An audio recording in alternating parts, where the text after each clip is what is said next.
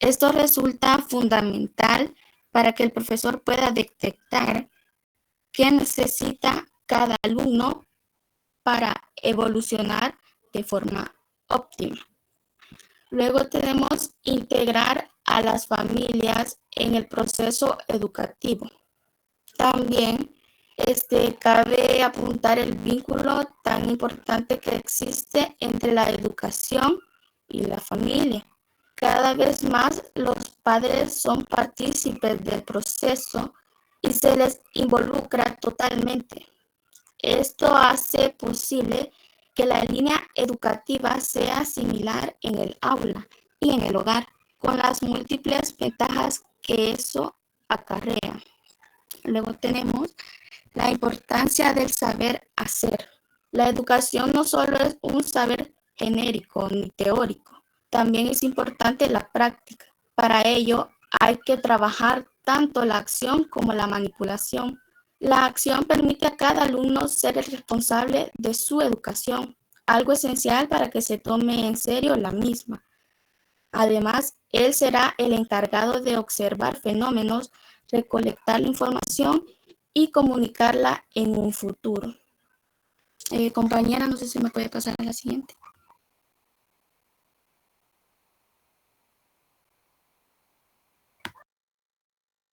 Luego tenemos al autor Jean Piaget.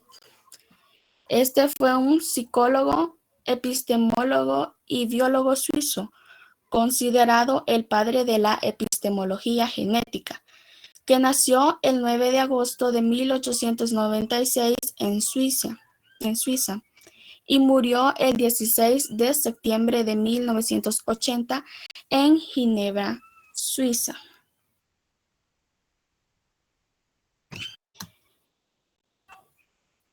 Este sostiene que la inteligencia se desarrolla en función al proceso de adaptación que existe con el medio. Es por eso que propone establecer un medio equilibrado y estructurado, especialmente para que el sujeto desarrolle una inteligencia sensorio-motriz, para que posteriormente adquiera tanto la preparación como la organización que necesita para crear estructuras lógicas y operaciones concretas, y así llegar finalmente a un pensamiento lógico formal. Jean Piaget y sus aportes psicopedagógicos promueven el razonamiento científico como parte del pensamiento infantil, mediante una perspectiva evolucionista y una teoría estrechamente vinculada a la lógica matemática. Este pedagogo postula una continua transformación del sujeto a través de las constantes y cambiantes exigencias del medio y contexto en que se desenvuelve, las cuales afirma que son asimiladas e interiorizadas para la obtención de conocimientos e ingenio. Algunos de los antecedentes teóricos, Jean Piaget es el principal exponente del enfoque del desarrollo cognitivo. Se interesa por los cambios cualitativos que tienen lugar en la formación mental de la persona, desde el nacimiento hasta la madurez. Mantiene que el organismo humano tiene una organización interna característica y que esta organización interna es responsable del modo único del funcionamiento del organismo, el cual es invariante. También sostiene que por medio de las funciones invariantes, el organismo adapta sus estructuras cognitivas. Estos tres postulados, organización interna, función invariantes e interacción entre el organismo y el entorno. Estos son básicos para Piaget. El desarrollo cognitivo, según Piaget, no es el resultado de la maduración del organismo, ni de la influencia del entorno, sino la interacción de los dos. Para Piaget, la inteligencia es una adaptación. Está interesado entre el pensamiento y las cosas. Existen las funciones invariables y las estructuras cognitivas variantes, es decir, las estructuras cambian a medida que el organismo se desarrolla. Son las estructuras cognitivas variantes las que marcan la diferencia entre el pensamiento del niño y del adulto. Según esto se va desarrollando el organismo, sus estructuras cognitivas cambian desde lo instintivo a través de lo sensorio-motor a la estructura operativa del pensamiento del adulto. Piaget sostiene que estas tres formas de estructura cognitiva representan tres niveles de conocer. Por lo tanto, el conocimiento es algo que el organismo introduce dentro, sino un proceso mediante el cual da un sentido a su entorno. Es la adaptación activa al organismo mediante acciones externas evidentes o internalizadas. Definición, conceptos básicos de la teoría de Piaget, los cuales son el esquema, la estructura, la organización y la adaptación. Asimilación, acomodación y equilibrio. Esquema. Este representa lo que puede repetirse y generalizarse en una acción, es decir, el esquema es aquello que poseen en común las acciones, por ejemplo, empujar a un objeto con una barra o con cualquier otro instrumento. Un esquema es una actividad operacional que se repite al principio de manera refleja y se universaliza de tal modo que otros estímulos previos no significativos se vuelven capaces de suscitarlas. Un esquema es una imagen simplificada, como por ejemplo un mapa de una ciudad. La teoría de Piaget trata en primer lugar los esquemas. Al principio los esquemas son comportamientos reflejos, pero posteriormente incluyen movimientos voluntarios, hasta que tiempo después llegan a convertirse principalmente en operaciones mentales. Con el desarrollo surgen nuevos esquemas y los ya existentes se reorganizan de diversos modos.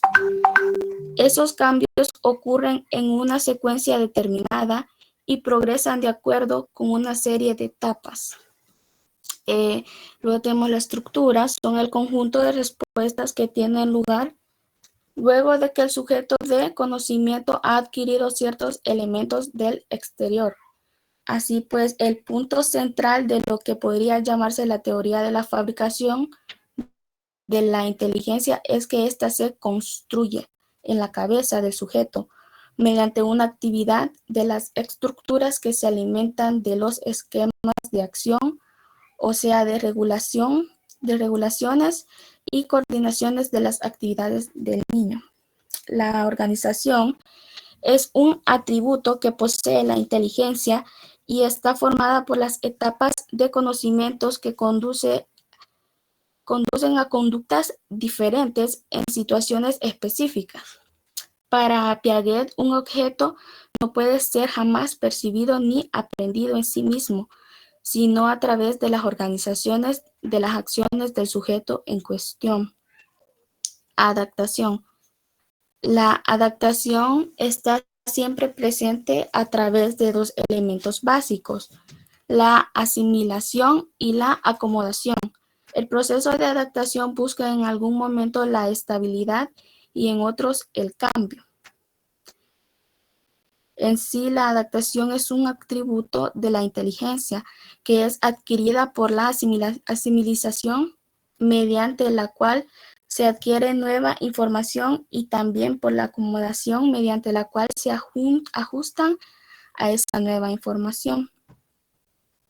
La asimilación se refiere al modo en que un organismo se enfrenta a un estímulo del entorno en términos de organización actual.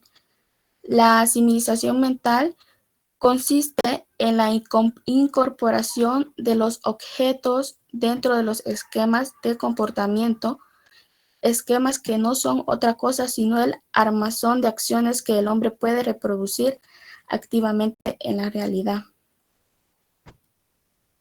Acomodación. La acomodación implica una modificación de la organización actual en respuesta a las demás del medio. Es el proceso mediante el cual el sujeto se ajusta a las condiciones necesarias también para poder coordinar los diversos esquemas de asimilización. El equilibrio es la unidad de organización en el sujeto cognoscente. Son los denominados ladrillos de toda la construcción del sistema intelectual o cognitivo. Regulan las interacciones del sujeto con la realidad, ya que a su vez sirven como marcos asimiladores mediante los cuales la nueva información es incorporada en la persona. ¿Cómo se logra el desarrollo cognitivo? Ningún conocimiento es una copia de lo real, porque incluye forzosamente un proceso de asimilación a estructuras anteriores, es decir, una integración de estructuras previas. De esta manera, la asimilación maneja dos elementos: lo que se acaba de conocer y lo que significa dentro del contexto del ser humano que lo aprendió.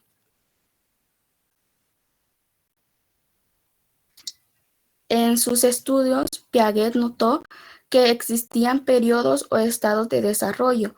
En algunos prevalece la asimilización, en otros la acomodación. De este modo, definió una secuencia de 4 estudios epistemológicos, actualmente llamados cognitivos, muy definidos en el humano.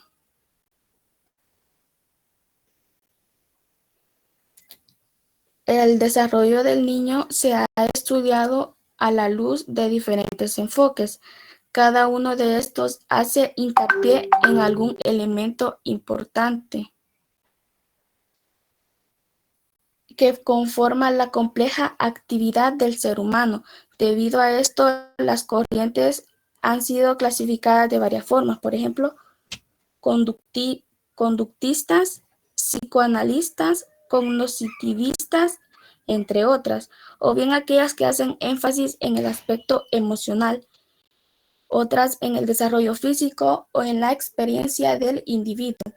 Otras más intentan estudiar los 3 aspectos básicos de la vida del ser humano, es decir, investigarlo como un ente psicosocial.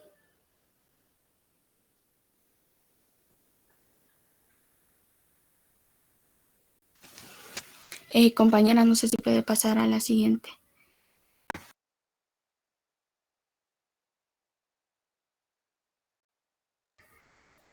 Lev Semyonovich Vygotsky fue un psicólogo ruso de origen judío que nació el 17 de noviembre de 1896 en Orsha, Bielorrusia, y falleció el 11 de junio de 1934 en Moscú, Rusia. Este aportó diferentes conocimientos para el entendimiento de la escuela nueva.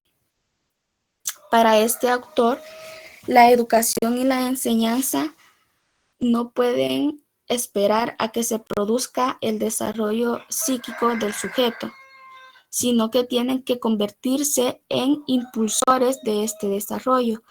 Por tanto, la educación, la enseñanza, conducen y guían el desarrollo, van por delante del mismo. Por otra parte, este sostenía que los niños desarrollan paulatinamente su aprendizaje mediante la interacción social, es decir, que estos adquieren nuevas y mejores habilidades cognitivas como proceso lógico de su inmersión a un modo de vida rutinario y familiar. Por lo tanto, su punto de vista más acertado lo llevó a conocer que las diferentes técnicas implementadas en la escuela tradicional daban como resultado un bloqueo mental de aprendizaje a los niños, ya que ésta no trataba de entender cuáles serían las maneras más fáciles para que un individuo adquiera nuevos conocimientos.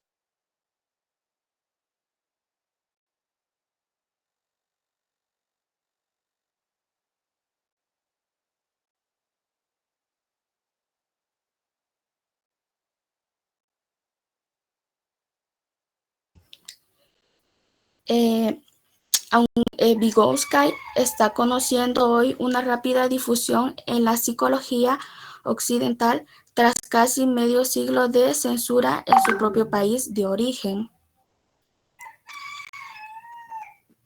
y constituye uno de los paradigmas que más atracción ejercen en psicología y educación. No es este el lugar para hacer una síntesis y valoración, siquiera breve, de la teoría general. Este capítulo se limitará a tratar de transmisión algunas ideas organizadas sobre uno de los dispositivos teóricos y prácticos más importantes de esta teoría en el campo de la psicología, de la educación y de la institución.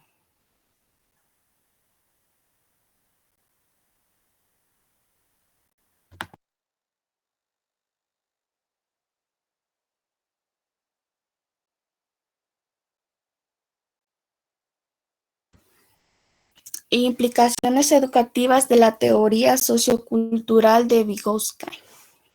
La teoría sociocultural que Lev Seminovich Vygotsky, psicólogo soviético que se interesó por estudiar las funciones psíquicas superiores del ser humano, en memoria, atención voluntaria, razonamiento, solución de problemas. Este formuló una teoría a fines de los años 20, en la que planteaba que el desarrollo ontogénico de la psiquis del hombre está determinado por los procesos de apropiación de las formas histórico-sociales de la cultura. Es decir, Vygotsky articula los procesos psicológicos y los socioculturales y nace una propuesta metodológica de investigación genética e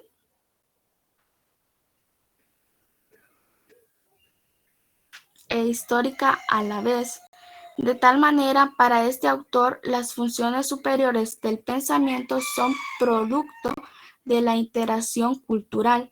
Por influencia del marxismo, Vygotsky indica que para comprender la psiquis y la conciencia se debe analizar la vida de la persona y las condiciones reales de su existencia, pues la conciencia es un reflejo subjetivo de la realidad.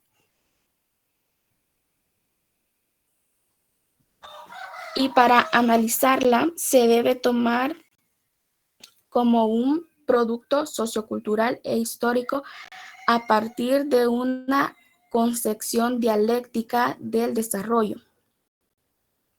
Vygotsky planteó el fundamento epistemológico de su teoría, indicando que el problema del conocimiento entre el sujeto y el objetivo se resuelve a través de la dialéctica marxista, donde el sujeto actúa mediado por la actividad práctica social sobre el objeto, transformándolo y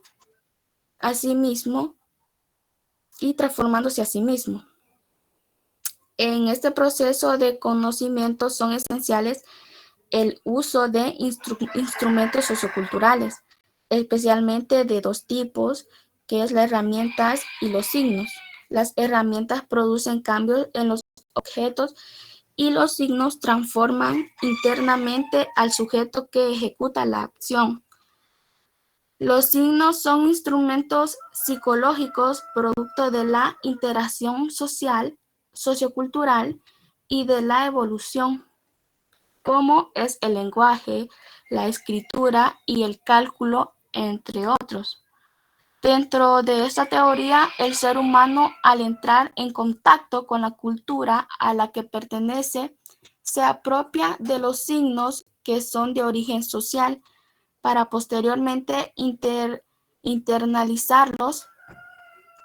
Vygotsky indica que el signo siempre es inicialmente un medio de vinculación social,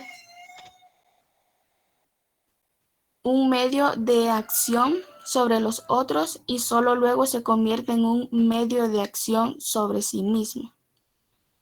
El niño y la niña se van apropiando de las manifestaciones culturales que tienen un significado en la actividad colectiva.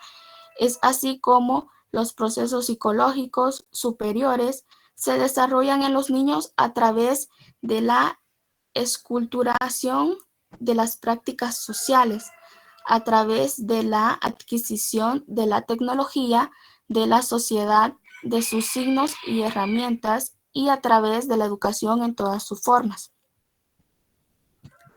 La apropiación es sinónimo de adaptación que se da mediante procesos culturales y naturales.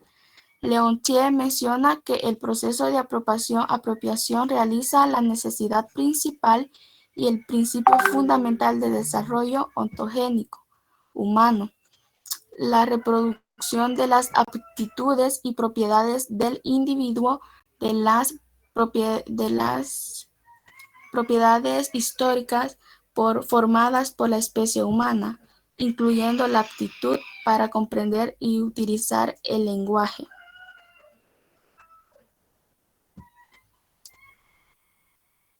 Vygotsky fue profesor en varias instituciones de enseñanza. Se interesó por los problemas de aprendizaje, de desarrollo y por los procesos educativos en niños y niñas normales y con necesidades especiales.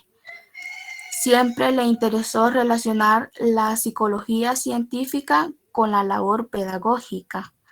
Partió de la observación de la realidad educativa para hacer sus propuestas en el campo de la psicología.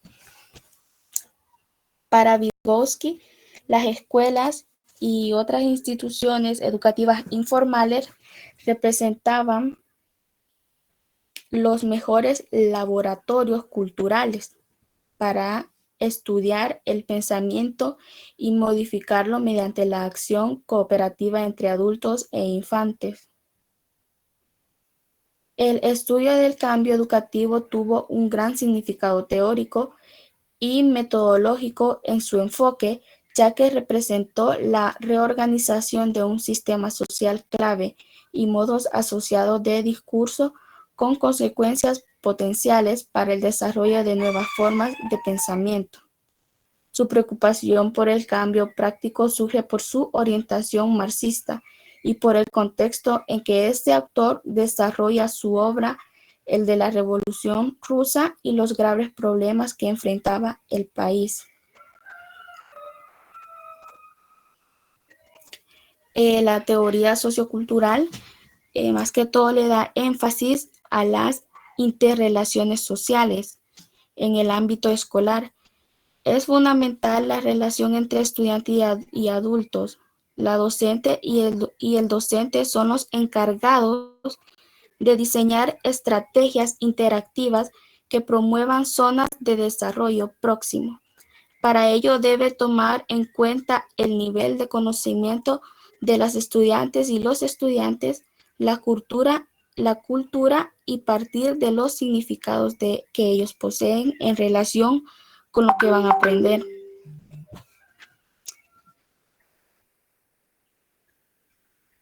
La docente y el docente deben provocar desafíos y retos que hagan cuestionar esos significados y sentidos y lleven a su modificación en el infante.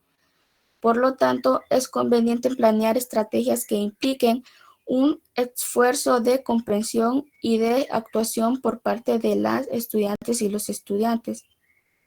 Esa exigencia debe ir acompañada de los apoyos y soportes de todo tipo de los instrumentos, tanto intelectuales como emocionales, que los posibiliten a superar esas exigencias, retos y desafíos. Para ello es importante diversificar los tipos de actividades, posibilitar la elección de tareas distintas de parte de las alumnas y los alumnos y recurrir a diversos materiales de apoyo. Los aportes teóricos de Lev Vygotsky son propuestas pertinentes para repensar la educación y la práctica pedagógica.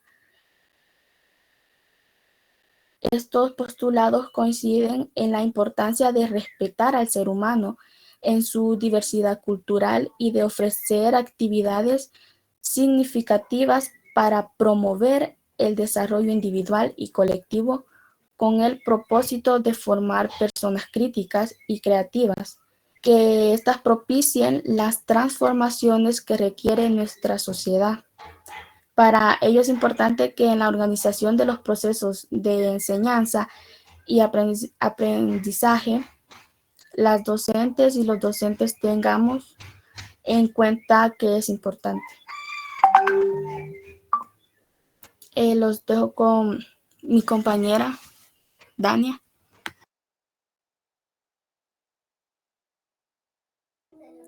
Buenos días, licenciada, buenos días, compañeros. En esta mañana voy a mencionarles algunas preguntas del tema que acaban de impartir mis compañeras. Bueno, la primera pregunta dice, ¿en qué siglos, surgió la escuela nueva?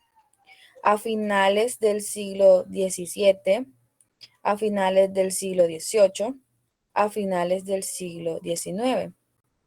La respuesta es el literal C, a finales del siglo XIX. La segunda pregunta dice, ¿por qué surgió la escuela nueva? Literal A, como rechazo a las ideas educativas de su época. Literal B, como protesta por los problemas educativos. Literal C, como ayuda a la enseñanza de su época. Y la respuesta es la literal A, como rechazo a las ideas educativas de su época. La tercera pregunta.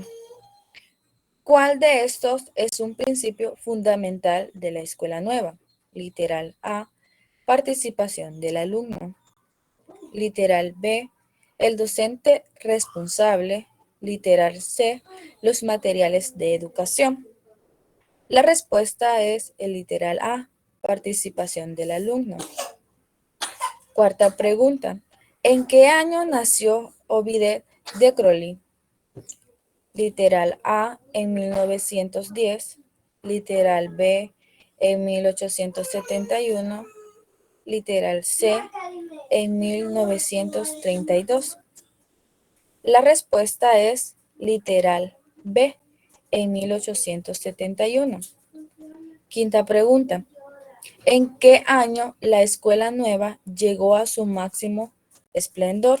Literal A, en los años 60, literal B, en los años 70, literal C, en los años 50. Y la respuesta es la literal C, en los años 50. En estos momentos voy a dejar a nuestra compañera que va a seguir con otras preguntas. Buenos días, yo voy a continuar con las preguntas. ¿En qué año falleció Jean Piaget? 1980, 1891, 1880. La respuesta correcta es literal A, 1980. ¿En dónde surgió la escuela nueva? En países de América, en países de África, en países de Europa. La respuesta correcta es el literal C, en países de Europa. ¿En qué país nació Lev Vygotsky? En Bélgica, en Rusia, en Alemania. La respuesta correcta sería B, en Rusia. ¿Qué estudió Piaget? la evolución del conocimiento dentro de nuestro entorno, el desarrollo físico, el habla. La respuesta correcta sería el literal A, la evolución del conocimiento dentro de nuestro entorno. ¿Qué consideraba Vygotsky fundamental para el desarrollo? El aprendizaje, el desarrollo humano, el entorno. La respuesta correcta sería el literal A, el aprendizaje. Bueno, pues esta sería nuestra presentación. Muchas gracias. Bueno, para el resto del grupo, me gustaría escuchar cuál es la comprensión que ustedes han tenido de su tema en cuanto a cómo han entendido lo que es la escuela nueva.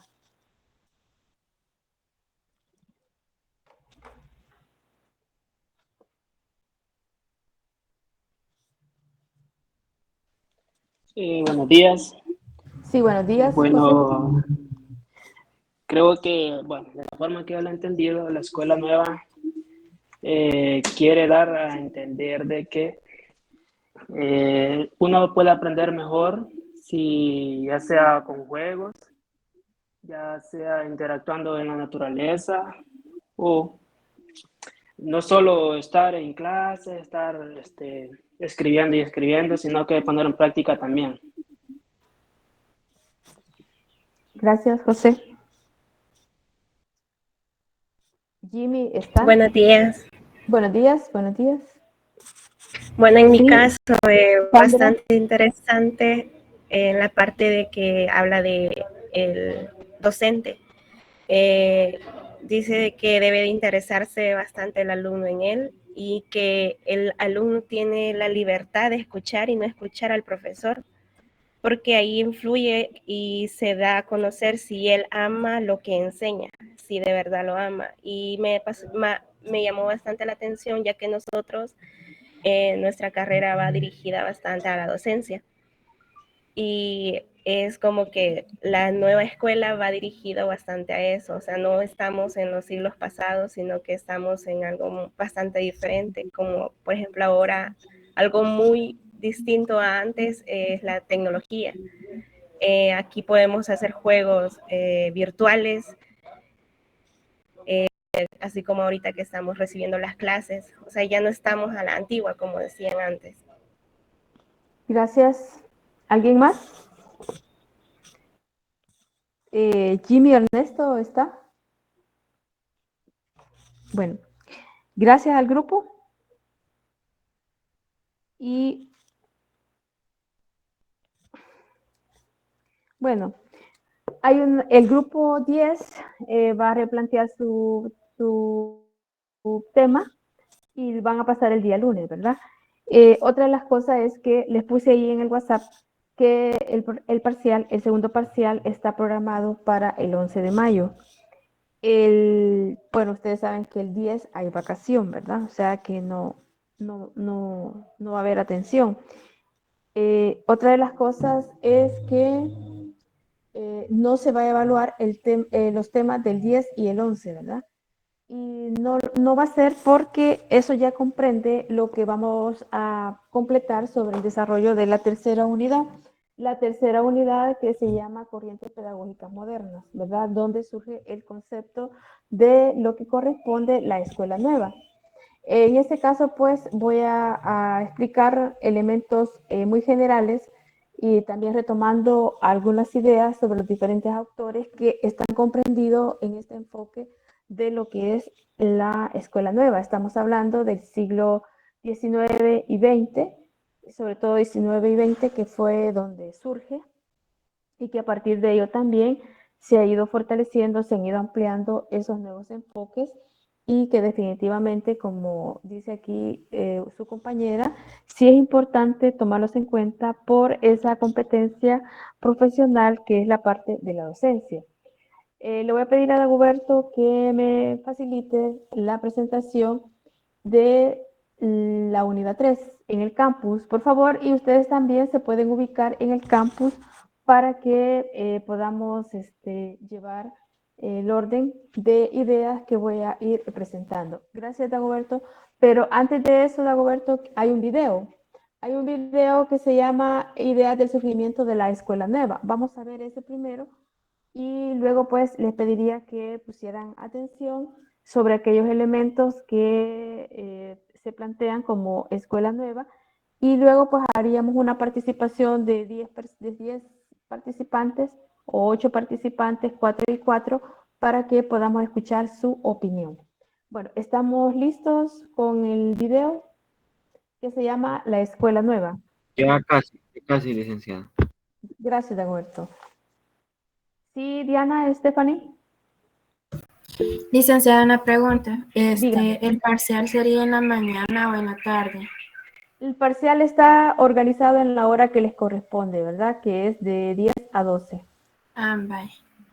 Sí, Sí, yo le va a ser- preguntaba porque para ese día también está programado otro parcial que es de expresión oral y escrita. Bueno, pero ese facilito.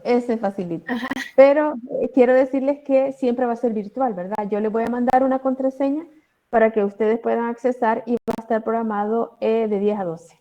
Muy bien. Bueno, Roberto, Muchas adelante. Vaya.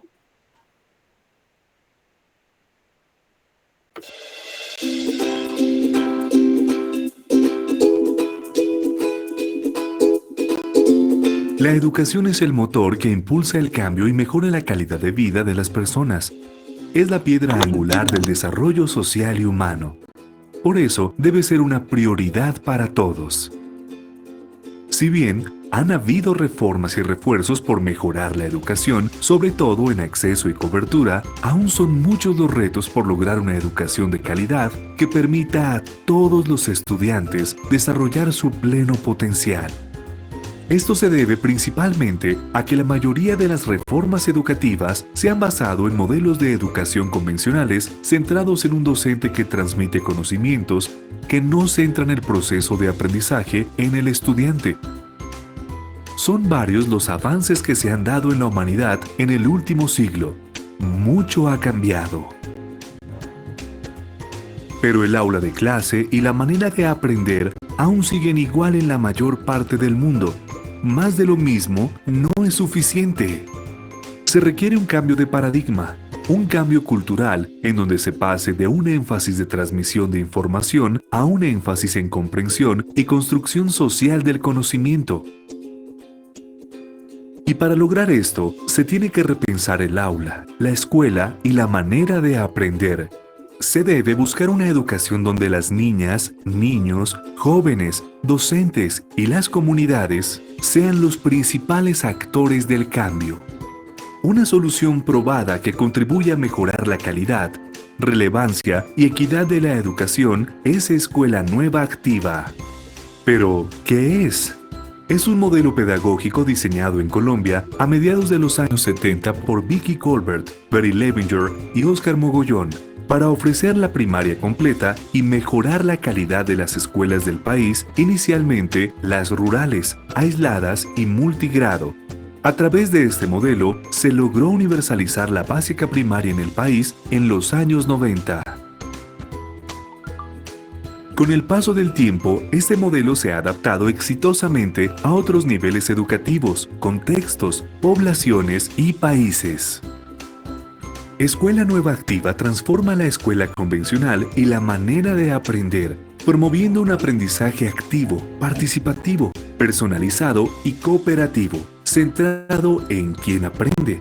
Promueve la construcción social del conocimiento a través del diálogo y la interacción, así como un nuevo rol de docente como orientador del proceso de aprendizaje. La propuesta pedagógica de Escuela Nueva Activa no es nueva en la filosofía de la educación.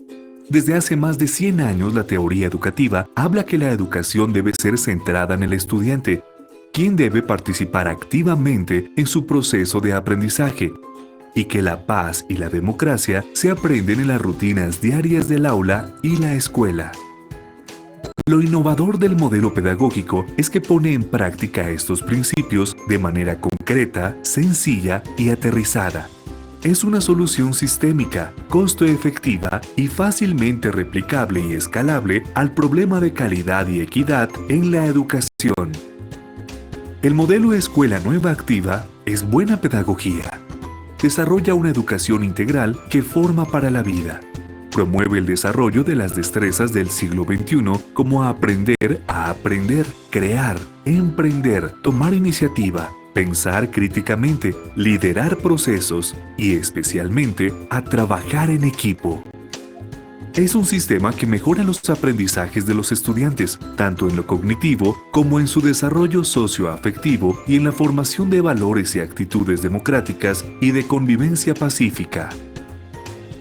Convencidos de la potencia de este modelo pedagógico para transformar la educación y el aprendizaje, sus autores y el equipo original que lo desarrolló y puso en marcha crearon la Fundación Escuela Nueva Volvamos a la Gente en 1987. Con el apoyo de la Fundación Interamericana, FIA, su primer proyecto fue el diseño y adaptación de las estrategias y materiales del modelo Escuela Nueva Activa al contexto urbano. El nuevo programa Escuela Activa Urbana. Desde entonces, FEN ofrece una solución educativa a este sector de la población proponiendo una transformación institucional generada desde el aula, con el fin de formar integralmente a los estudiantes.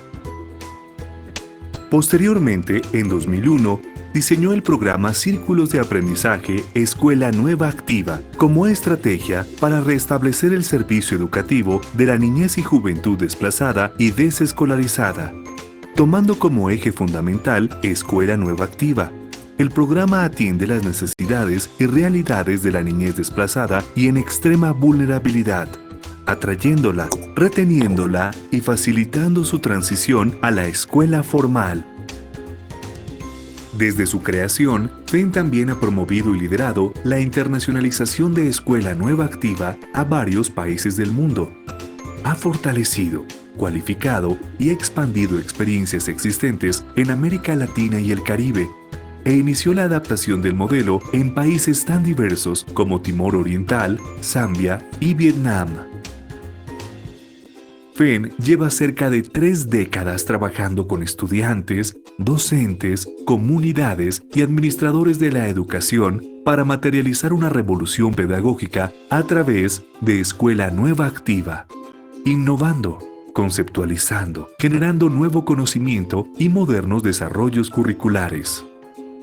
De la mano de una coalición de socios de diversos sectores, FEN continuará implementando, adecuando, innovando, investigando y evaluando Escuela Nueva Activa y sus adaptaciones, jalonando un movimiento que promueve un cambio social por medio de una nueva forma de aprender y creando una comunidad que genere nuevos conocimientos y promueva el aprendizaje continuo. Todo el mundo habla de paz, pero nadie educa para la paz. La gente educa para la competencia, y este es el principio de cualquier guerra. Cuando eduquemos para cooperar y ser solidarios unos con otros, ese día estaremos educando para la paz. María Montessori.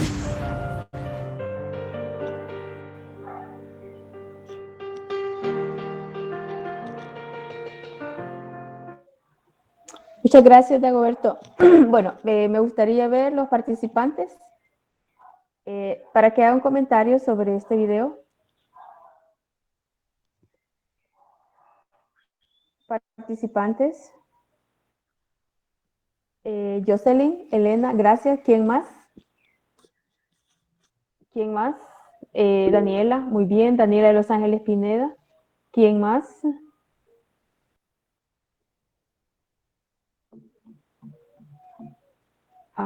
¿Quién más? Bueno, si no lo buscamos, ¿verdad?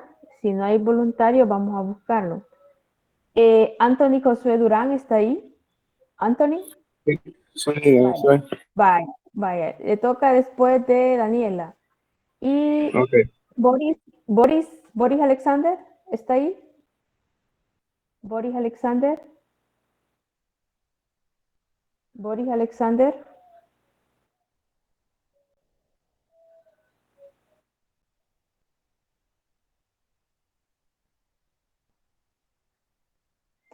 Jackson Benjamín Orellana.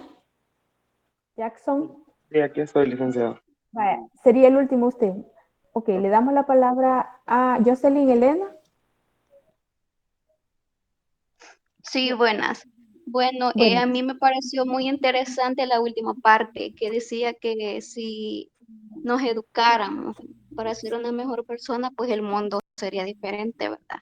Y pues ahora en día creo que todos, y me incluyo, vamos compitiendo a ver quién es más inteligente, quién hace mejor esto, o sea, te quieren ver bien, pero no mejor que ellos, entonces. Si usáramos bien la educación que nos dan, creo que seríamos mejores personas y no como estamos ahorita. muchas gracias, Jocelyn. Daniela. Bueno, buenos días principalmente. Buenos días.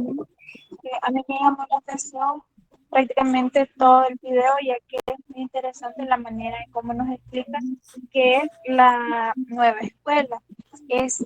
La parte en la que dice que el docente ya dejó el, el, ¿cómo decirlo? El orden que traía anteriormente, sino que ahora busca la manera de hacer que el alumno aprenda, se acomoda a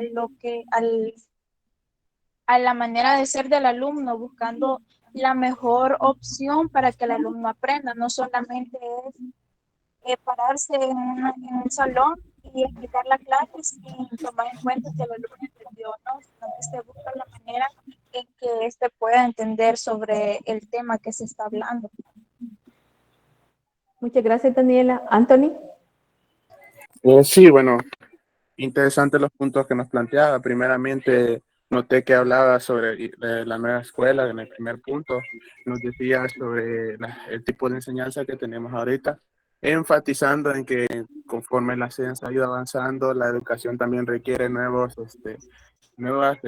carreras en parte de educación, nuevas formas de enseñanza. Nos decía que tenemos que cambiar la forma de la educación porque ya los tiempos son otros. También nos mencionaba sobre el modo de percibir nosotros como estudiantes en la educación que tenemos ahora.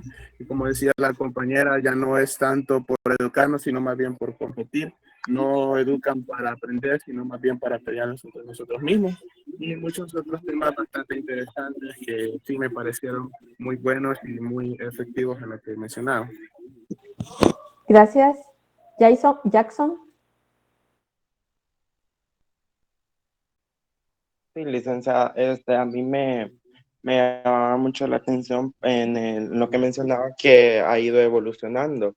Y en este caso, como ahorita nosotros estamos en clases virtuales, todo fue por lo de la pandemia, nos hemos podido dar cuenta que se tienen que buscar nuevos métodos de estudio para no imposibilitar que nosotros nos quedemos al margen por algo que pueda evitar que nosotros podamos continuar con nuestra educación. Muchas gracias. Bueno, de hecho, fíjense que el video es sobre una experiencia en Colombia, y ya tiene bastantes años, sobre la base del modelo de la escuela nueva, y incluyendo aquellos sectores que están menos favorecidos, como es el caso del sector rural. Y eso no es indiferente a nosotros, porque el tema del sector rural, ustedes saben de que es diferente, ¿verdad? Es diferente en el sentido de que los profesores, perdón, se tienen que trasladar hasta esos lugares, las condiciones que tiene la misma escuela, los recursos que tiene la escuela y cómo, digamos, los niños y niñas de esas comunidades tienen ese derecho de recibir esa educación. Ahora bien, los modelos exigen también que sean actualizados en tal forma que pueda tener un efecto como muy interesante. Hemos iniciado todo el enfoque de la escuela nueva y por supuesto el grupo 10 y 11 tienen algunos referentes teóricos que aportaron muchísimo para lo que es este enfoque de la escuela nueva. En algún momento ustedes se pueden poner a pensar, bueno, estamos analizando los principios de la escuela nueva, cuál es el cambio que se dio, cuáles son las metodologías, cómo hay que dar el contenido, cuál es la responsabilidad del profesor, cuál es la responsabilidad del estudiante. Y bueno, y tomando también en cuenta todos aquellos acontecimientos que suceden. Y aquí Jackson menciona, bueno, como la pandemia también vino a ser una situación que pone o que tiene al descubierto precisamente el cuestionamiento de metodologías, el tema de contenidos, el tema de los recursos educativos, las capacidades que puedan tener las familias para poder sostener eso. Y claro, ahí tenemos una situación que pueden pensar ustedes, bueno, ¿qué debe ser lo mejor? ¿Una educación presencial o una educación a distancia? Y en ese caso también tomen en cuenta que ambas tienen diferentes intenciones en las cuales se debe pensar pues que la educación presencial es para los jóvenes, para los niños que deben de asistir a una formalidad institucional. Igualmente, la educación a distancia es una formalidad institucional, pero está dirigido a un grupo exclusivo que es a personas que trabajan, ¿verdad? Y me estoy refiriendo a una formación que puede ser el bachillerato, la universidad. Y digo bachillerato, universidad porque estamos hablando de adolescentes y adultos que ya tienen responsabilidades y que pueden tener esto. Creo que hay un elemento muy importante en cuanto que terminan con un pensamiento de María Montessori.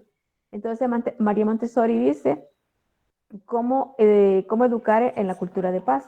Y me parece interesante, ¿va? Y la compañera aquí que participó decía, bueno, ¿cómo puede haber una cultura de paz si al interior no se practican principios de cultura de paz? Y eso no es muy fácil. Pareciera una frase trillada en el sentido de hablar de cultura de paz. O sea, cultura de paz, ¿qué es? Estar tranquilo, estar que nadie se movilice. No, sino que cómo educar para la paz. Y eso debe ser un reto y eso también puede hacer que los currículos educativos estén adoleciendo cómo orientar o cómo formar a los profesores para la cultura de paz, cuando sabemos que como país tenemos una violencia estructural que tiene diferentes explicaciones, acontecimientos de cómo va surgiendo eso. Bueno, en ese orden pues vamos a iniciar este tema de la escuela nueva y yo les voy a presentar también unas imágenes que me gustaría que opinaran por lo menos dos compañeros o compañeras. Y es la siguiente, Dago, porfa. ¿Qué idea les da a ustedes esa imagen? Vamos a ver. ¿Qué idea les da esa imagen?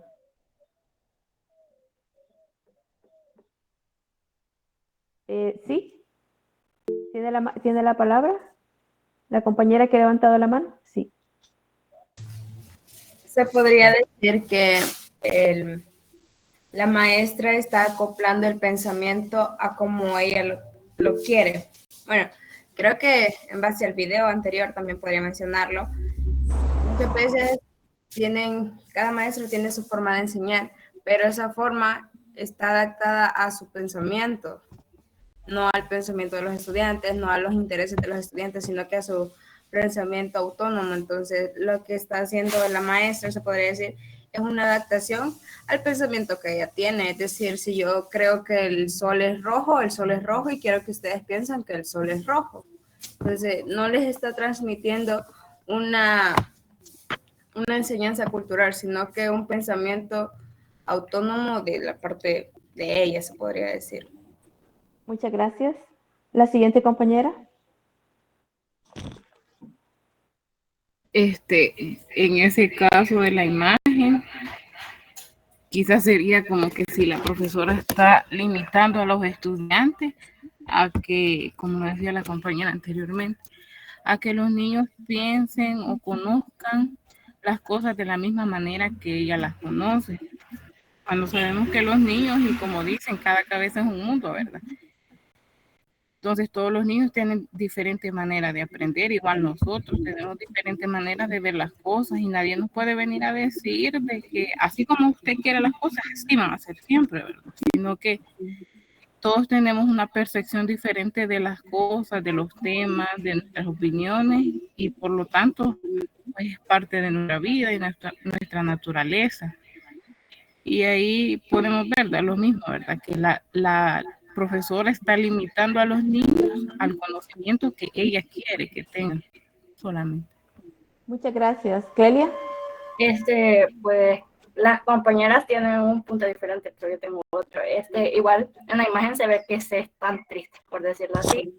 Pero yo siento que la maestra los va moldeando en cuanto al sistema educacional, ¿verdad? Porque ya que ellos tienen como por percepción propia, tienen que formar al estudiante por medio de una planificación.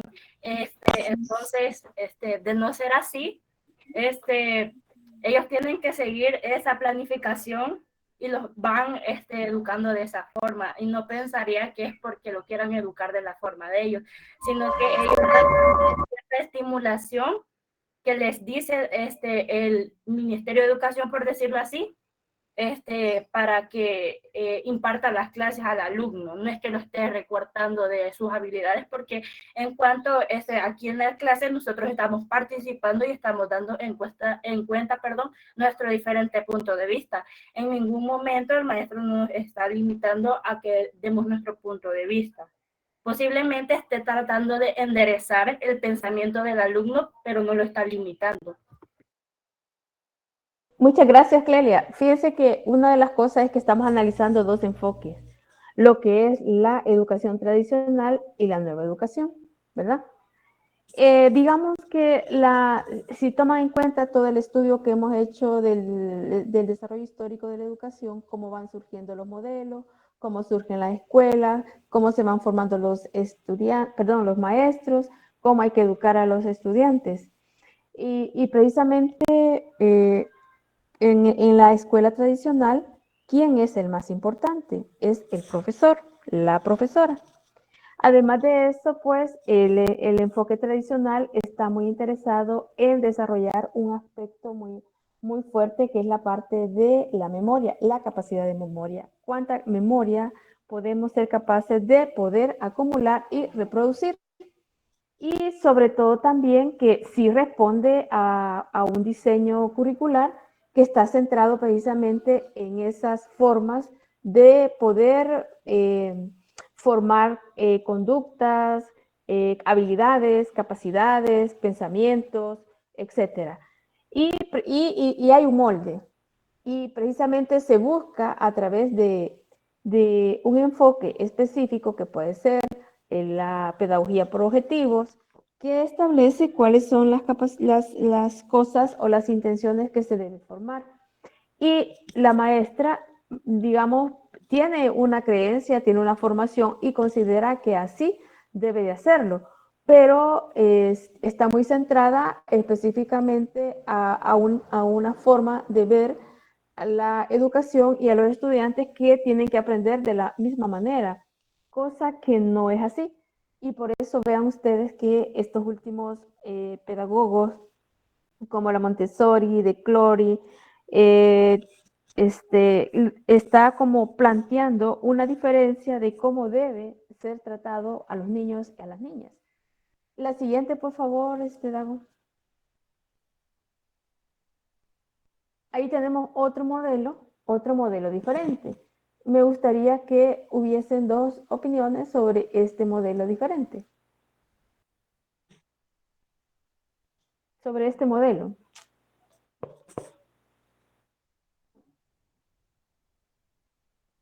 Sí tiene la palabra. Daniela. Bueno, a mi opinión, en la imagen podemos ver básicamente la inclusión de todos los alumnos. Se ve como el docente está tratando de que se relacionen entre ellos mismos, haciendo eso que los pone en grupo. Se puede ver que acá los niños se relacionan, como eso los había dicho, además de que el maestro les está explicando. Gracias, Daniela. ¿Alguien más? ¿Una opinión más? ¿Una opinión más? Fátima, Lorena. Bueno, se va uniendo. ¿Sí? ¿Tiene la palabra las que han levantado la mano? Hola. Sí. Fátima. Disculpe, es que tenía problemas de internet y escuché que usted mencionó. Sí, pero vio la imagen usted. No, no la vi como estaba teniendo problemas de internet. Ahorita ahí está la imagen. Ahí está la imagen. ¿La puede ver? Y si no, otra Sí, participación de alguien que la ha visto. Ok.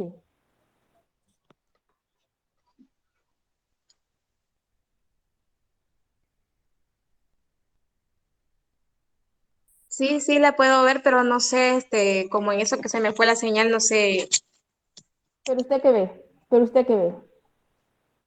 Pues ahí veo un grupo de jóvenes participando en grupos. No sé.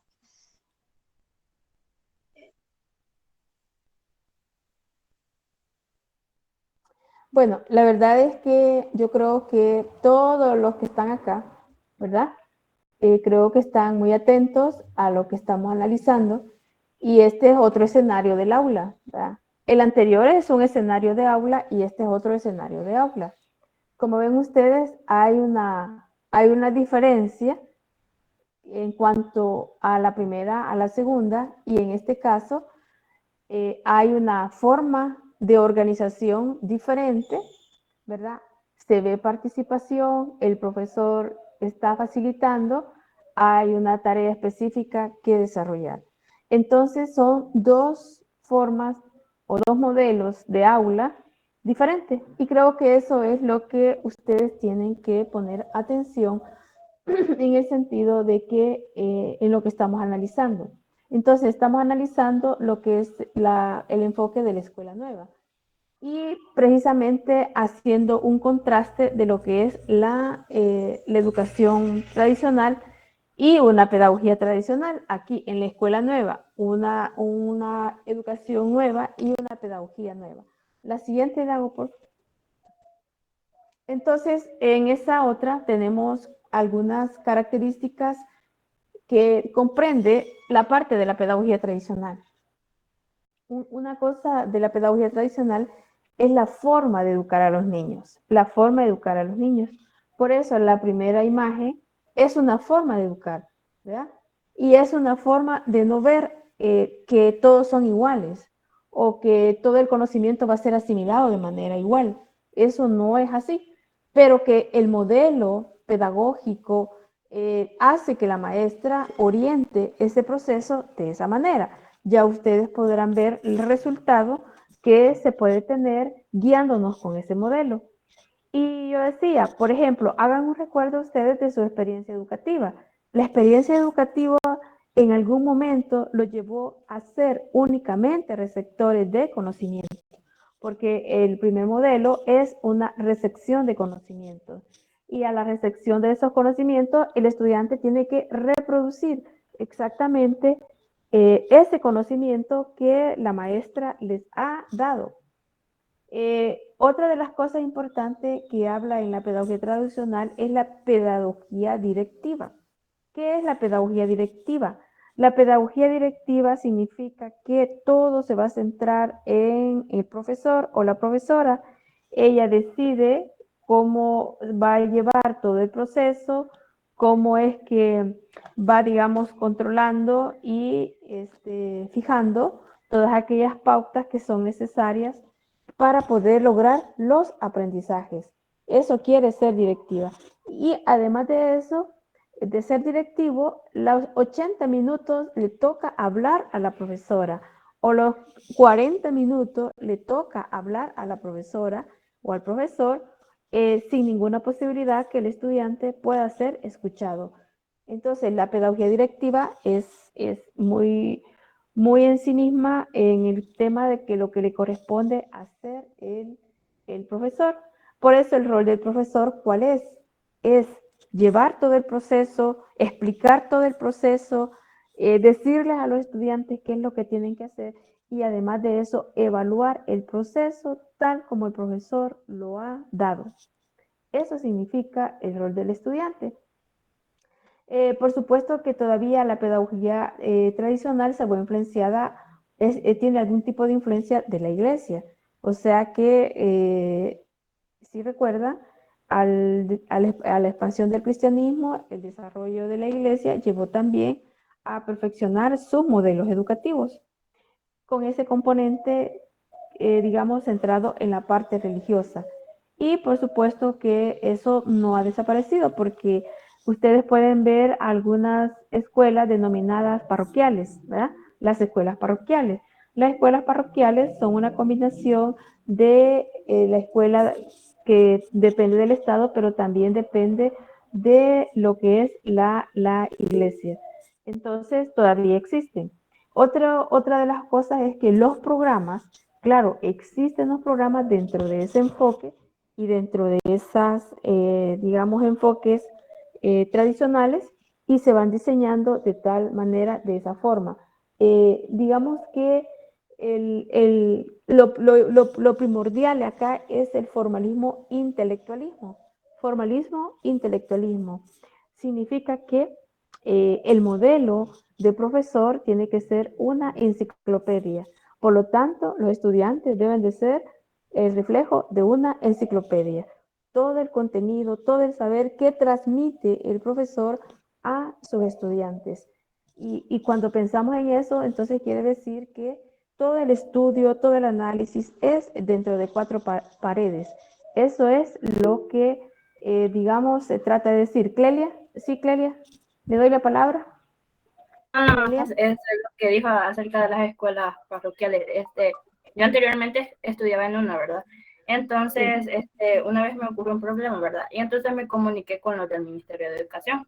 Entonces, me dijeron que ellos no me podrían dar secuencia a mi problema porque era de una escuela parroquial, ¿verdad? Pero, iban a ver si me daban una solución porque me explicaron la parte de que ellos tienen como un mini convenio con las escuelas esas para ser beneficiaria de ciertas cosas, pero no tanto como el alcance que tienen las escuelas públicas. Sí. Muchas gracias, Clelia. Sí, ellos tienen sus normas, pero hay una combinación de normas. Tienen ayudas, más bien tienen un tipo de ayuda del Estado, pero también buscan otras ayudas para poder sostener las exigencias y la estructura que tienen esas escuelas parroquiales. Pero existen, ¿va? No estamos diciendo que deben de existir, es que históricamente ellas se definieron, están vinculadas al tema religioso. No solo, digamos que hay otras, digamos, con otras tendencias religiosas, pero esas otras tendencias religiosas no están tan vinculadas con la parte del Estado. Bueno, otra de las cosas es, por ejemplo, bueno, ya les expliqué lo del formalismo e intelectualismo, y la otra sobre la educación infantil como un estado imperfecto. O sea, de que cómo educar a los niños y a las niñas. Cómo educar a los niños y a las niñas obedece a un modelo estrictamente muy fuerte tradicionalmente. Aunque existan los modelos de la Montessori, y eso pues fue hace muchísimo tiempo, pero hay una tendencia a sobrecargar tanto la enseñanza de los niños y las niñas, y a someterlos a que tiene que hacer 20, 30 planas. Fíjense, el niño grita, patalea y dice, y pregunta el niño, ¿por qué yo debo de hacer tanto de lo mismo? Y al final no lo hace. ¿Y quién lo hace? El papá y la mamá, porque él debe llegar al siguiente día con la tarea que le ha pedido de que haga esa gran cantidad de planas. Entonces, esa parte de la educación infantil como un estado imperfecto es una situación bastante complicada, en el sentido de que hay una prevalencia de modelos tradicionales que someten a los niños a un estrés, a un cansancio y a miedos, ¿verdad? Porque quizás a la falta de metodologías, a la falta de conocimientos, hay una situación bastante complicada, en el sentido de que hay una preocupación máxima que el niño debe de llegar leyendo, que sepa matemática, que sepa tantas cosas, cuando eso es un proceso. Pero lamentablemente hay una mezcla de cosas Y por eso esa imagen 2 de la primera escenario de los niños no ha cambiado mucho, por lo menos en la educación inicial y parvularia y la básica, ¿va? Que someten a los niños sobre esa parte. Estoy hablando así como una parte de la parte de Permítame un momentito, por favor.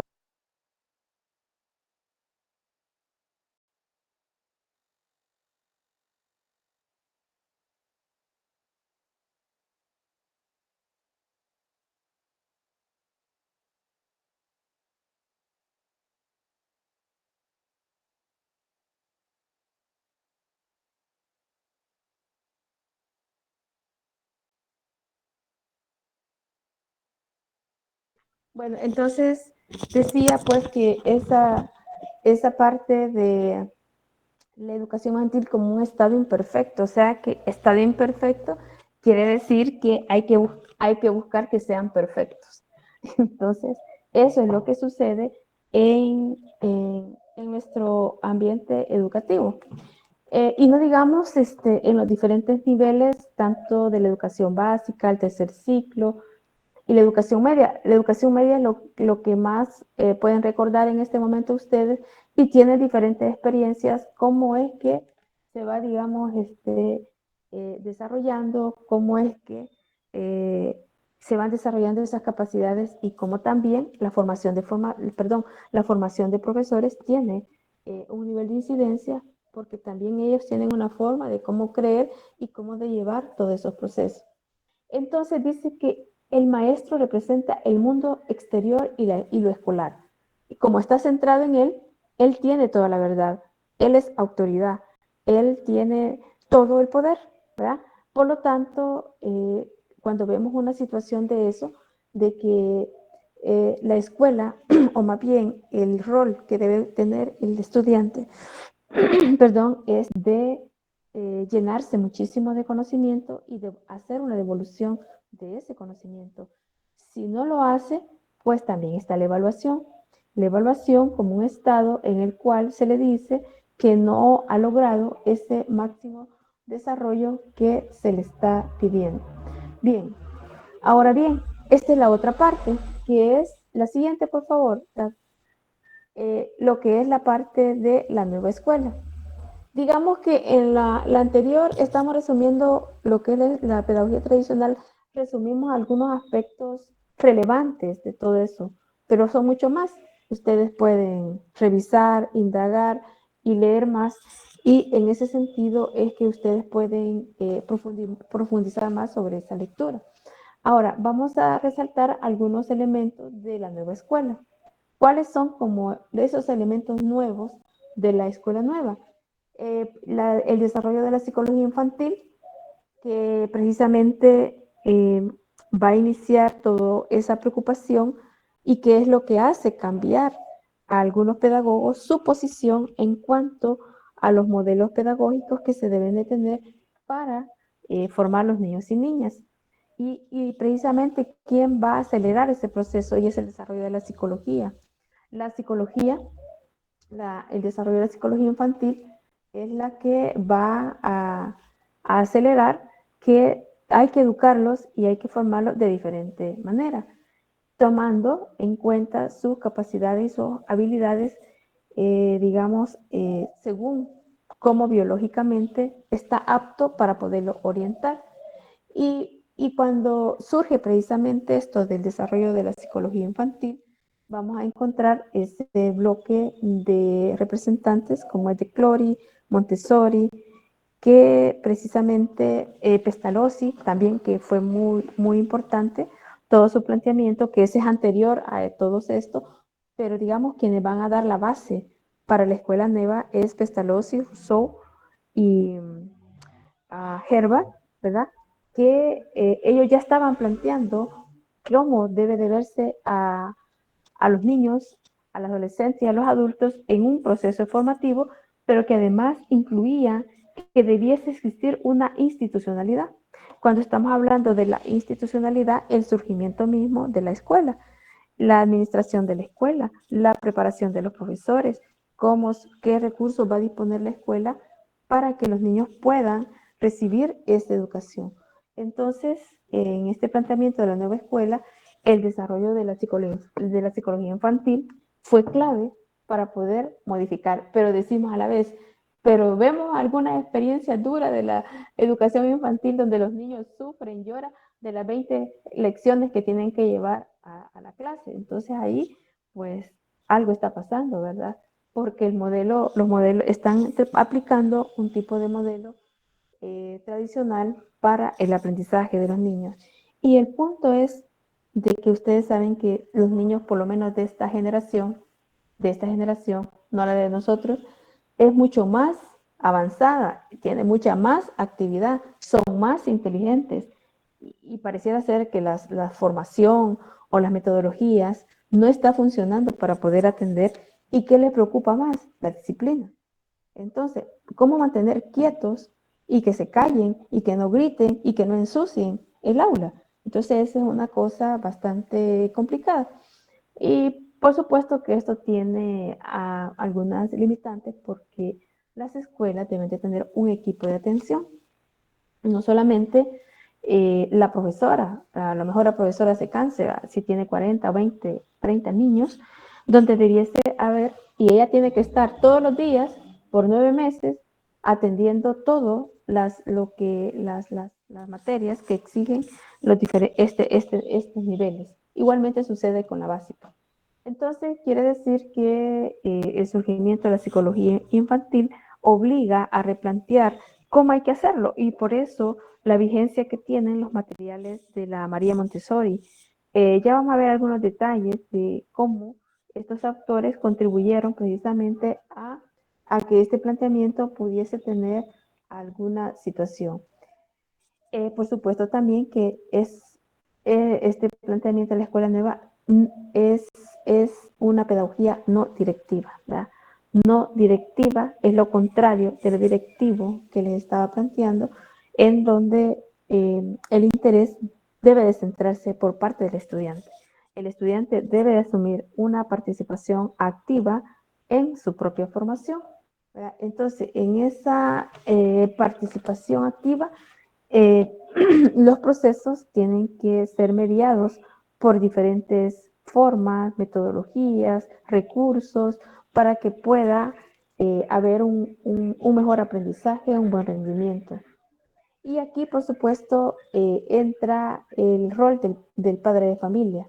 La familia también asume una responsabilidad que le toca, además de colaborar, de dar el seguimiento, a asistir a la escuela para que pregunte sobre el avance del desarrollo de su hijo. En la escuela tradicional no, por eso más de alguna vez han escuchado ustedes que los padres de familia dicen que vea la escuela que hace contigo o que vea la escuela es la única responsable de la educación y no es así. En la nueva escuela se le dice al padre de familia que tiene responsabilidad en su hijo, en el seguimiento y no solamente en esa parte. ¿Sí, Sadi? Sadi Imperatriz. Buenos días. Buenos días. Solo hacer un pequeño aporte, justo que ahorita como usted lo está explicando, y con respecto a lo anterior también, por ejemplo, a mi hijo, el chiquitito, el de 5 años, ya le están, ¿cómo es que se llama? Le están exigiendo la caligrafía a los 5 años. Sí. Sí, a los 5 años, o sea, la caligrafía, y incluso se supone que yo tenía conocimiento que hasta se le comienza a enseñar a los 6, porque ahorita la motricidad fina no está bien y que no sé qué. Entonces yo peleo muchísimo con mi gordo para que le haga su plana, ¿verdad? Y hay que motivarlo para que lo haga. Y yo no entiendo, hay mamás que pelean, que no sé si van compitiendo, no sé, porque su hijo haga 6, 7 planas al día, no entiendo. O porque tienen precisión que ellos aprendan y lo hagan solo. Lo otro, que la escuela es bien disciplinada y es una nueva escuela en la que están mis hijos, pero están con ese rol como la disciplina al 100%, y queriendo meter también de que, por ejemplo, uno de papás, como lo está mencionando, se involucre un montón, porque como experiencia, cuando yo llegué a matricular a los niños, me preguntaron de que si yo iba a estar pendiente de ellos, y entonces no sé cómo yo les comenté que yo iba a estudiar en la universidad, y me dijo la madre directora, y entonces me dijo, ¿cómo piensa hacer con las tareas de los niños? Me dijo, ¿quién va a venir a las reuniones? Y o sea, así, como es de monja, ¿verdad? Entonces, pero yo me sentí como que, y tiene razón, ¿verdad? Yo le dije, no, yo me voy a hacer 1000 pedazos, yo me voy a sacrificar y yo voy a venir, le dije yo, ¿verdad? Pero sí, o sea, este sistema que usted explica, de la nueva escuela, está bien interesante y todavía hay que luchar un montón porque a como yo me eduqué hace muchos años y ahora la educación que están queriendo implementar, porque hay algo que, por ejemplo, el teacher, que igual le da ya le da inglés en Kinder 5, dice, manda las actividades y dice autoaprendizaje. Entonces el niño va a desarrollar su autoaprendizaje, dice. Entonces todo eso se está manejando y ese es mi aporte, ¿verdad? Que en realidad es, es bien, es bien fuerte la manera en que uno como papá se mete. Y ahora ya incluso en el grande me llaman y me dice, vaya, venga, preséntese y habla, porque mi hijo tuvo un pequeño problema en alguna tarea y ya no solo lo dejan el maestro con el alumno que lo solucionen, no, lo llaman a uno y preguntan, ¿qué pasó? ¿Por qué no la presentó? ¿Qué está pasando? Y y es que se compromete, solamente. Gracias, Adi. Bueno, yo creo que ustedes conocerán muchas experiencias, ¿verdad? Muy cerquitas. Y hay una combinación de cosas. Hay una combinación de lo que es la escuela tradicional y lo que es la escuela nueva. Pero realmente, hablando sobre los niños, de esa exigencia muy fuerte, y está también sobre las exigencias de los padres de familia, que quieren, ya lo dijo Sadi, que sus hijos vayan acelerados. Y eso precisamente ante esa exigencia es que someten al resto de niños a esa parte. Pero los niños de ahora protestan, preguntan y cuestionan. Fíjense, preguntan, cuestionan y se resisten a no hacer esas planas. ¿Y quién le toca? Al padre de familia. Y entonces, pues ahí pareciera de que hay un recargo por el padre de familia, y si bien es cierto, debe de colaborar, debe de estar pendiente, pero no asumir toda la tarea que le corresponde al niño y a la niña hacerlo. Pero yo creo que ustedes pues tienen que encontrar esa diferencia, y además de eso, pues ponerle en práctica estos conocimientos que estamos haciendo. A lo mejor les pueda ocasionar algún tipo de problema, pero creo que se debe tomar en cuenta eso. Otra de las cosas es la escuela laica. ¿Y qué quiere decir escuela laica? Bueno, es que inicialmente fue la religión la que retomó todo el tema educativo, y que las escuelas públicas se han ido desprendiendo de ese elemento. Sadi nos hablaba de su escuela de sus hijos que es religioso. Eso es diferente, porque responde a un tipo de escuela parroquial que se combina lo religioso con lo estatal. Pero cuando estamos hablando de la escuela laica, quiere decir todos aquellos centros educativos donde no hay una orientación religiosa.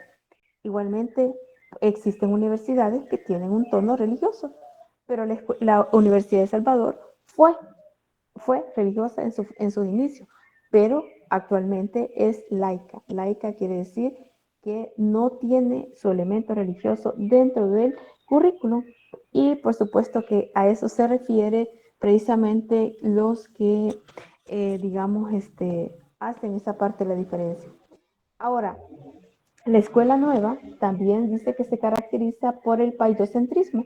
Hubo un grupo de exposición acá que explicó muy bien el concepto de paidocentrismo.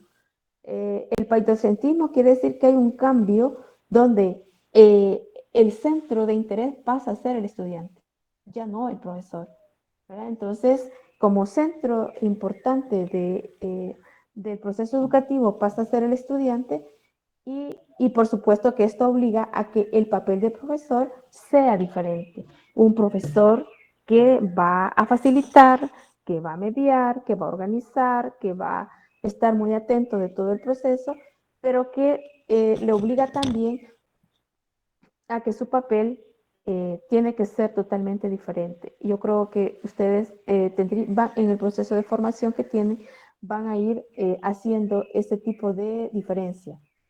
La escuela nueva también trajo una renovación metodológica, ¿verdad? ¿Cuál fue esa renovación metodológica? Nuevas metodologías para la enseñanza, nuevos materiales educativos, nuevas formas de trato con el estudiante, los tiempos de estudio y bueno, pues, y considerando también las características psicológicas, biológicas, sociales de los mismos niños. Entonces, y niñas, eso es una cosa muy importante que trae la nueva escuela. Y aquí, por supuesto, que dice que se fundamenta en los aportes de Rousseau y Pestalozzi, y ya ustedes pueden recordar toda esa parte que se puede hacer. La siguiente, Dagoberto. La siguiente está repetida. Entonces, la siguiente también está repetida, no sé por qué. Entonces, la siguiente, no, donde dice respeto al niño y la niña, ahí. Digamos que siempre en el enfoque de la escuela nueva está el respeto al niño y a la niña, ¿verdad? Su mismo desarrollo se tiene que tomar en cuenta, o sea, de que nuestro desarrollo evolutivo está la parte biológica, la parte social y la parte psicológica. Eso no es que esté partido, sino que hay que verlo de manera integral.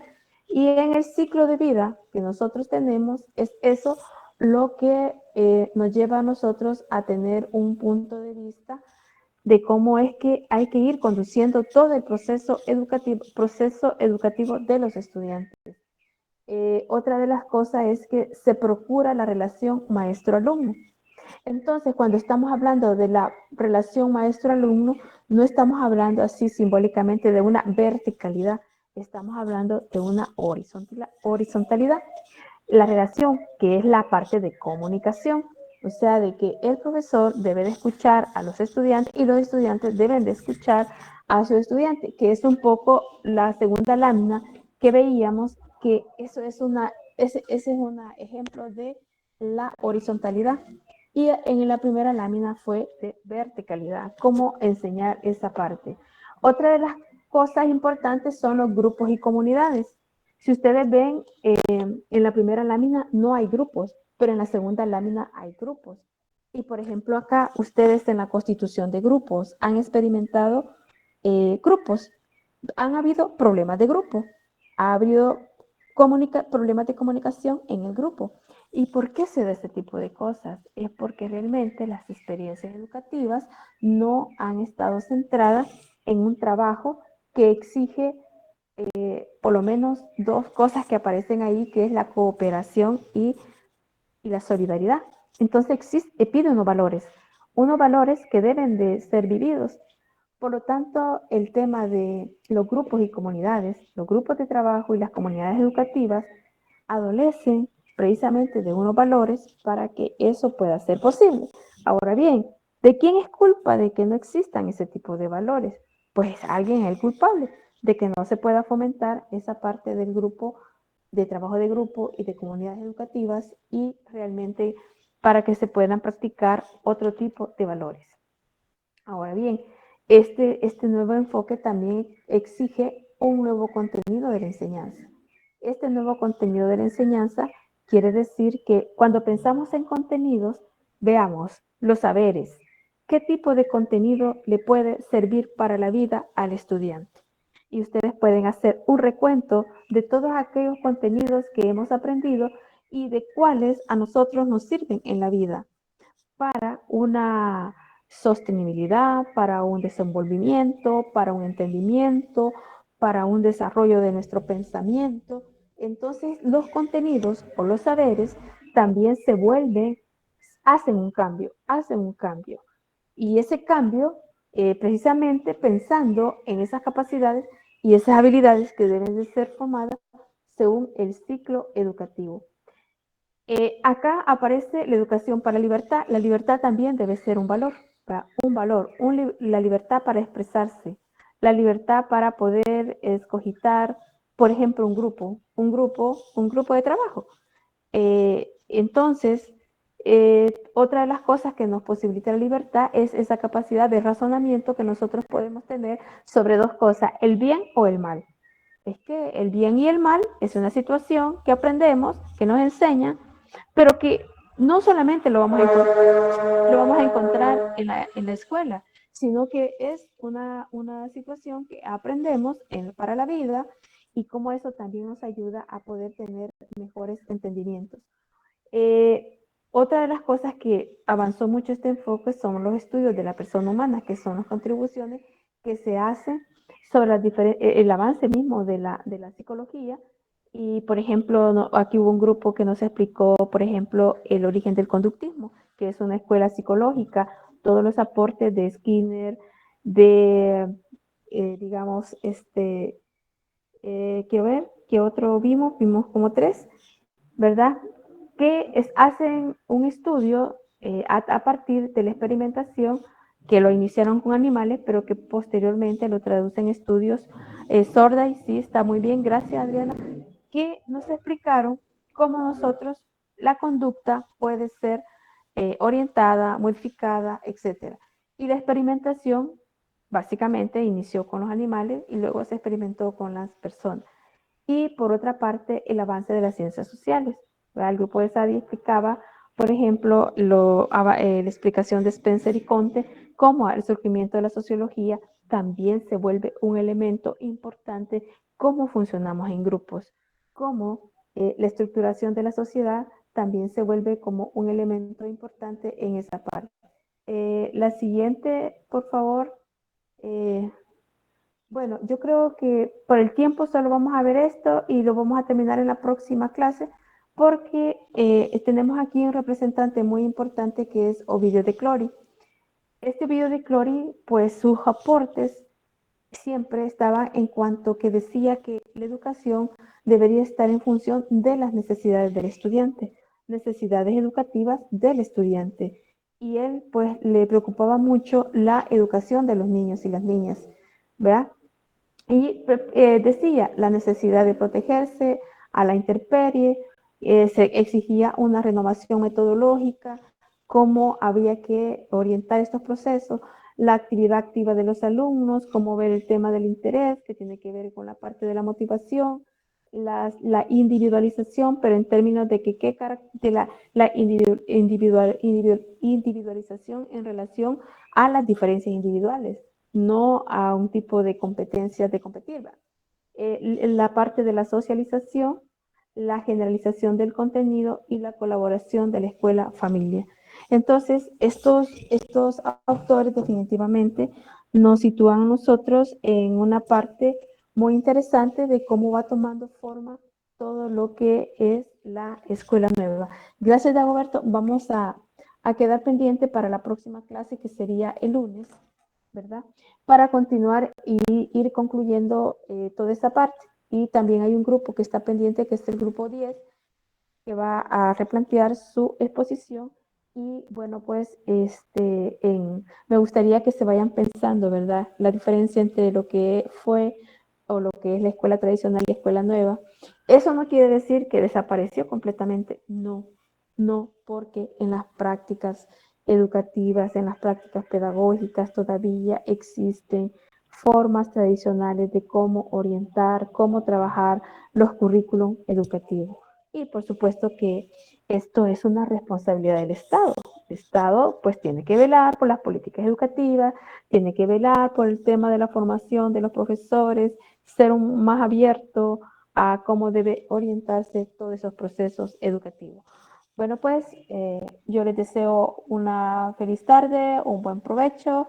Ya quedamos, el parcial va a ser el día 11 y que no incluye el tema 10 y el tema 11, que es todo lo que se refiere a la escuela nueva. Gracias, buenas tardes. Gracias. Gracias, buenas tardes, Lick. Buenas tardes. Gracias, buenas tardes. Gracias. Gracias por la Gracias. licenciada. Buenas tardes, Lick. Buenas tardes, Enrique. Gracias, Feliz Dagoberto. tarde, Lee. Gracias, Dagoberto. Feliz tarde, licenciada. Gracias. Feliz tarde, Jennifer. Lee. Gracias, Alice. Feliz tarde, buen provecho. Gracias, Wendy.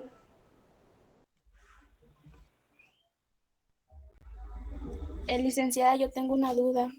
Dígame, Alexandra. Acerca de el documento, ¿lo subiríamos ahora? Sí, por favor, la presentación y el documento. Sí, yo tenía esa duda porque como no ha pasado el grupo número 10 para no No desordenar. importa. No importa. Sí, súbanlo. Sí, William. Alexander. Feliz tarde. Hola, hola. Igualmente. Liv y compañía que aún están todavía.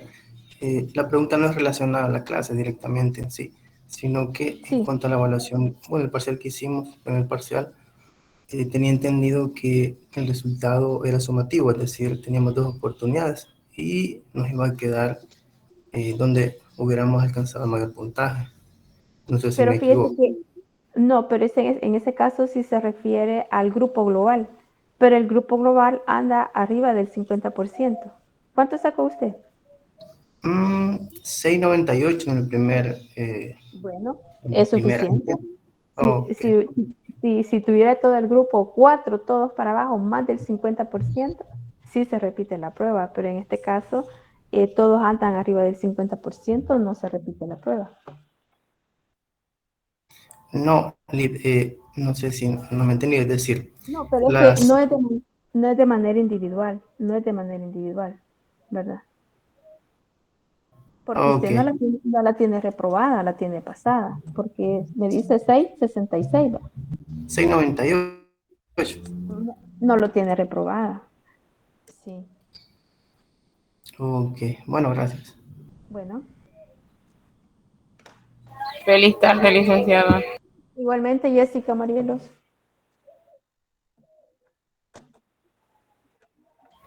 Feliz tarde, Lee.